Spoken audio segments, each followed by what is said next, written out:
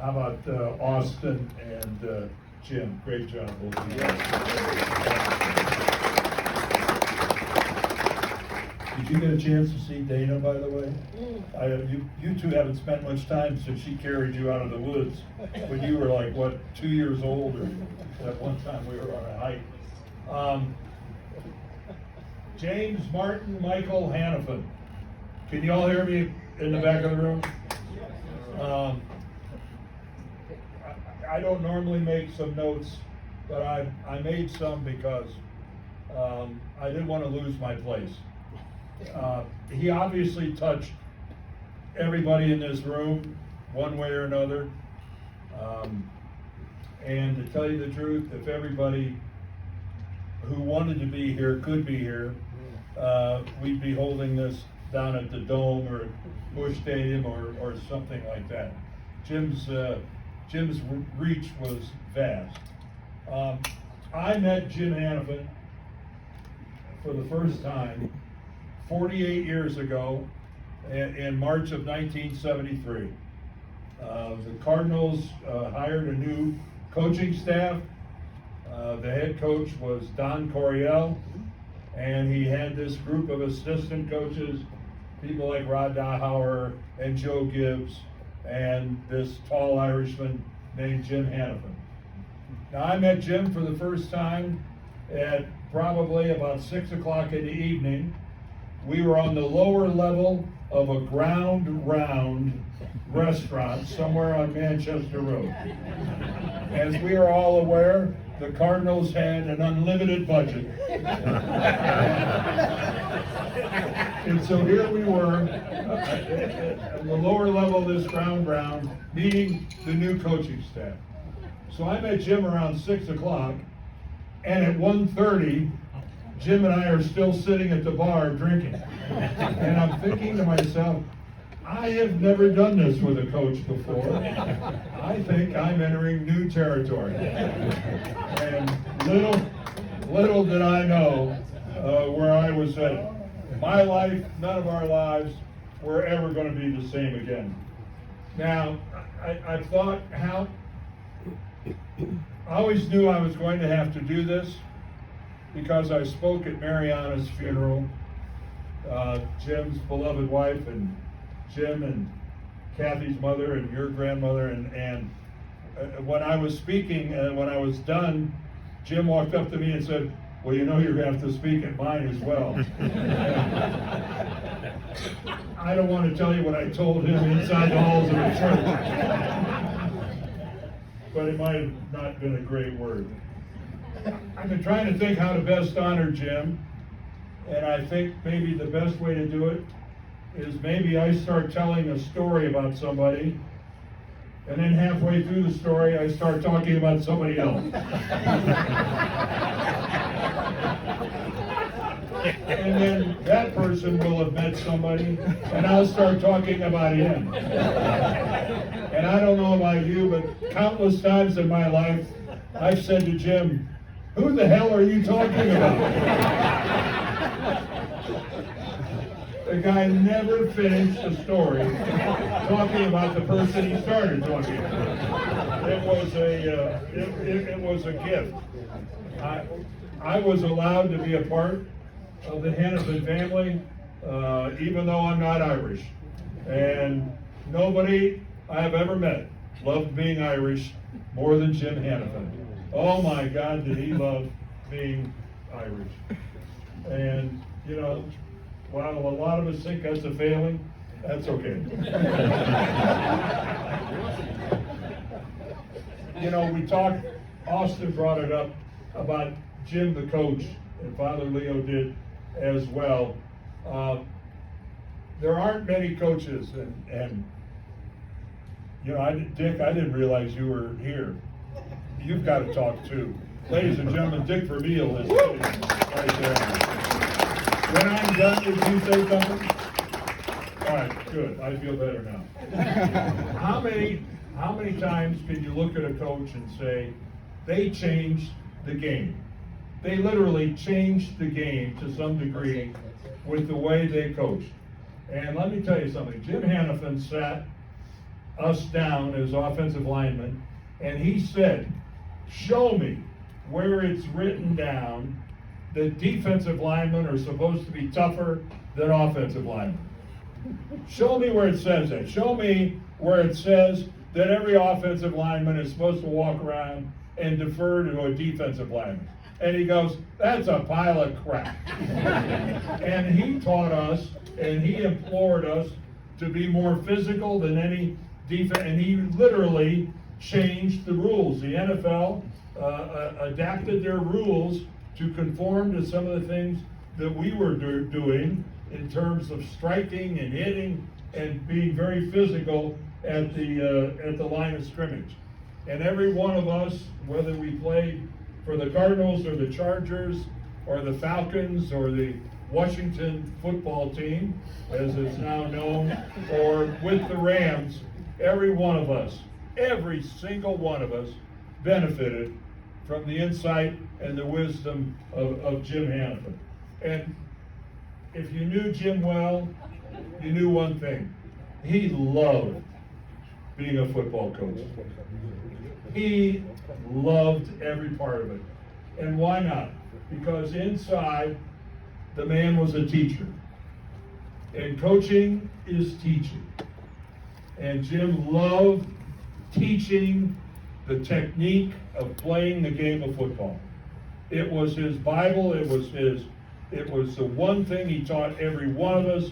When you're out there on the field and it's 3rd and 15 and the guy across from you is getting ready to rush the passer and he's drooling and he's got every advantage, guess what? Your mom can't help you right there. Your coach can't help you. The guy next to you can't help you. You are on your own. And the only thing you have to rely on is the technique that I taught you. And he made every one of us a believer. He made every one of us a believer. What a tremendous teacher he was. The other reason he loved being a coach, I think, is so aware to all of us, because it let him be around people every day. Jim Hanifan would have never been a researcher. No, I don't think Jim could have spent his life in a laboratory by himself. Well, unless he was being studied. The man needed to be around people. He needed the interaction with people, and he certainly got that in coaching. And then the last thing that makes me think about his coaching is simply this. I have seldom, if ever, met anyone who was as competitive as Jim Hanifan. It was life and death. And we used to tell him, he'd get so worked up before a game, we were going to play somebody, and Floyd Peters was the defensive line coach of the other team. And I said, Jim, well, how about if we just arrange it where you and Floyd could go meet at the 50-yard line and you two duke it out instead of you sending us out to do your work. And Jim looked at us all and he went, I'd kick his ass.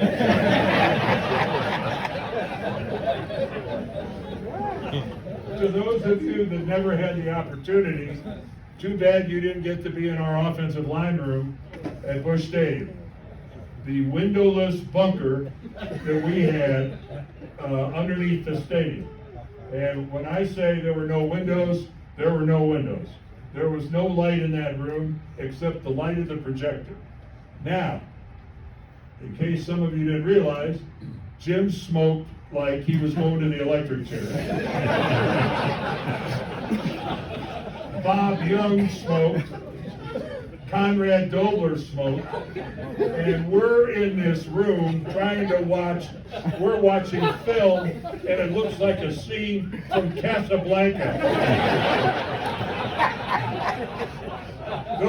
Those of us that didn't smoke, I can't even imagine how much secondhand smoke we sucked down in the offensive line room. And oh my God. And one time, we're out on the field, we're playing a game. And Jim wasn't allowed to smoke out on the field because the AstroTurf was made out of plastic, and if you dropped a cigarette on it, it burned a big hole. But Jim learned how to cup a cigarette and how he could have a cigarette going during the game, and he thought he was hiding it from everybody up in the stands, which he probably was. But one time, he's over talking to us on the offensive line. He's down on one knee, we're all seated on the bench, and Bob Young saw the opportunity to strike. And I'm telling you, no cobra ever struck at a mongoose quicker than Bob Young. Snatched that cigarette out of Jim's hand, rolls over on the bench, and takes the biggest drag on a cigarette I've ever seen. Now, if you're up in the stands, what you see is Hanifan diving on the top of Bob Young, trying to get his cigarette back. I'm sure everybody in the stands thought that, what is going on down there? My God, they're upset about who they're blocking. Jim got his cigarette back, and Bob Young rolled back up, and he had the biggest smile on his face. I don't even know if we won the game or not, but Bob won the cigarette. Jim was a heck of a coach, but there was one thing that Jim couldn't do. The man could not drive a car. Am I lying? He was the worst driver ever.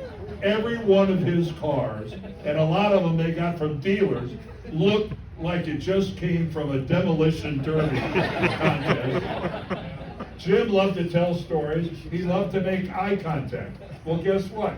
He loved to make eye contact if you were sitting in the back seat.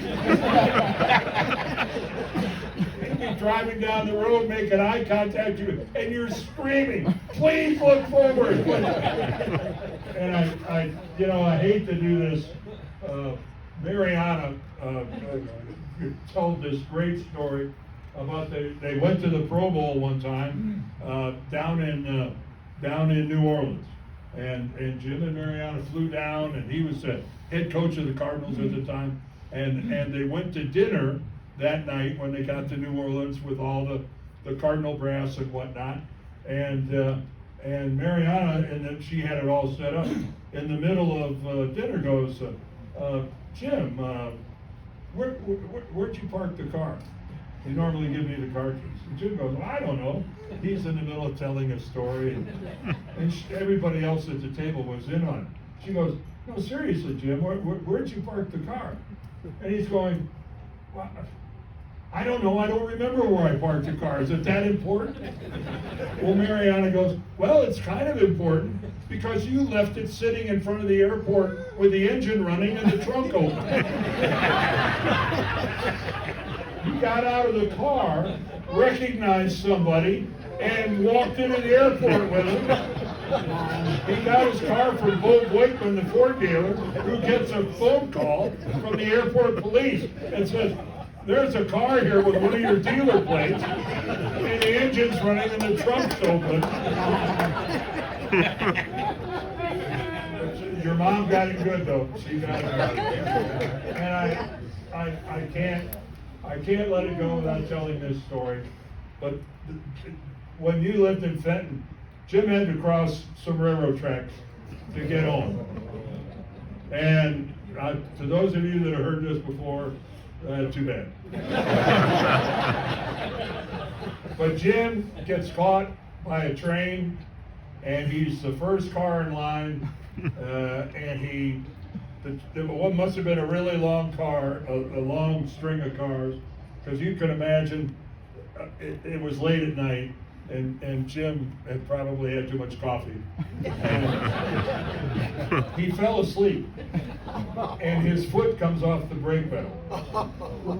And he wakes up, and this train is basically driving over the hood of his car. And his car's in drive, so it bumps into the train, and it's like bologna in a meat slicer. Every time it bumps in, it takes another couple inches of the car. And the best part of it is, Jim's car had broken down. He was driving Bud Wilkinson's car. And I asked him, I said, Jim, one time, I said, seriously, I want you to be completely honest with me.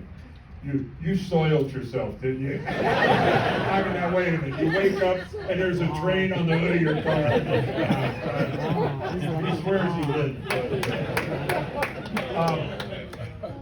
We were so fortunate, and when I say we, I'm talking about my wife, Debbie, and our daughters, Dana and Katie. We were so fortunate to be intertwined with the Hanifan family. And whether it was Thanksgiving at our house, or every summer meeting all of you out at your cabin in Lake Tahoe, and the times that we spent together were, they were rich.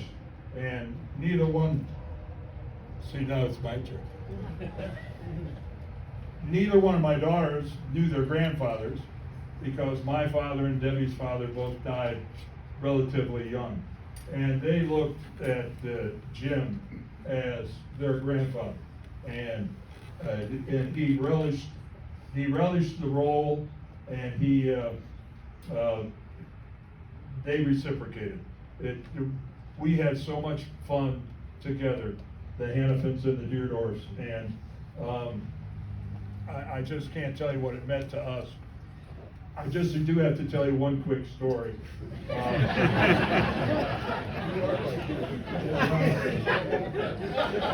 got somewhere to go?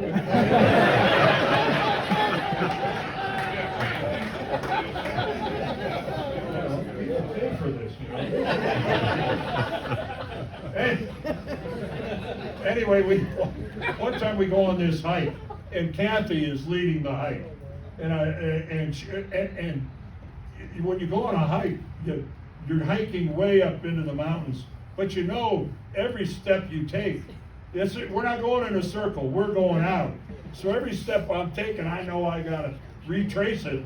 So she's got us on this death hike, and when we get to where we're going, a fire starts, and someone was camping, and we're at the edge of this lake, and all of a sudden this pine tree explodes and a fire starts. And you were, I think, like 3 years old at the most, 2 or 3, because we took off. Kathy and Jim went over to fight the fire. We hiked out, and we had to carry you because you were too little. And I got to admit, all right, my back was hurting. Go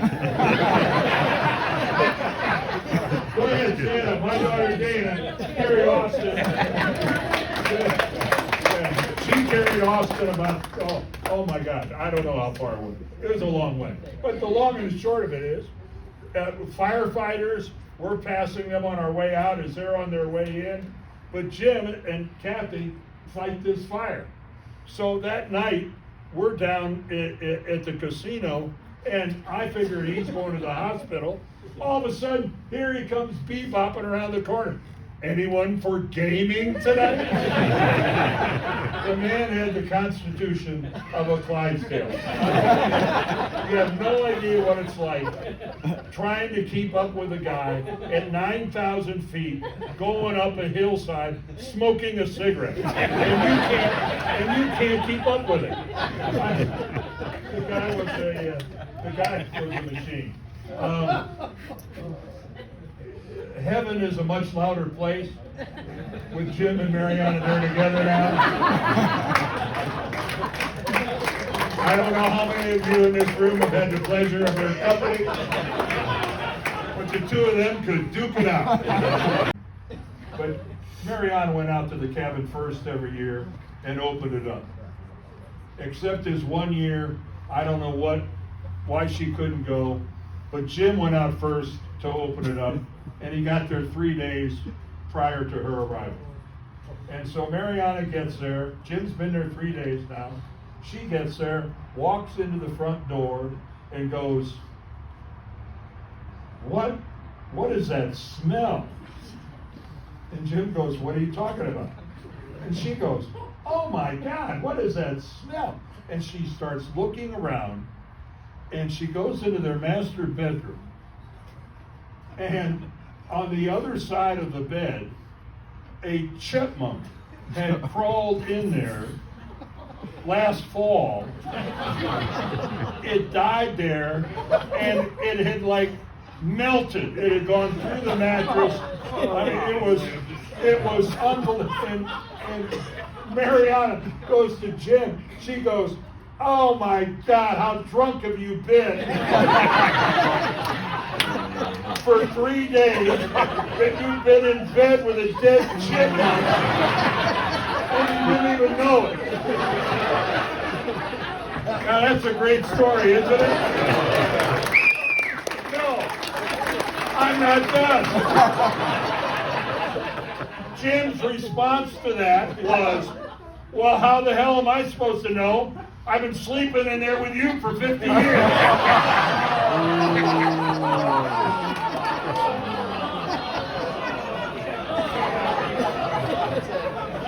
Now, the only reason I bring that up is I was there, and your mother started to laugh. She actually went, "That's a good one." I gotta give you credit. That's a pretty. I want to close by saying I asked Jim to be my presenter when I was inducted into the Pro Football Hall of Fame, because the criteria that they asked you to think about when you were picking a presenter was the person that was most responsible for your success as a professional football player. And for me, there was never there was never a second's hesitation about. I couldn't imagine being there and going through all that without Jim Hanifan at my side. A lot of times you play for different teams. I played 13 years for the Cardinals, and Jim Hanifan was with me for 10 of those 13 years. Some as my line coach, some as my head coach, and I was so fortunate to have him at my side. We're all blessed here in this room to have walked some part of our journey with Jim at our side. Some of us more than others, and I just want to close by saying I've known and I've had the opportunity in my life to meet some extraordinary people, accomplished people, billionaires, etc., etc. I've never known anyone the equal of Jim Hanifan. James Martin Michael Hanifan was in many ways the best man I ever knew in my life. And I was blessed to be in his orbit. And I think all of us are as well. And you and his family, the luckiest of all. But those of us that got to know Jim, to be with him, Jim, we all love you. We know you loved us back. And the day you died, a little piece of me died, and it's never coming back. Godspeed, Jim.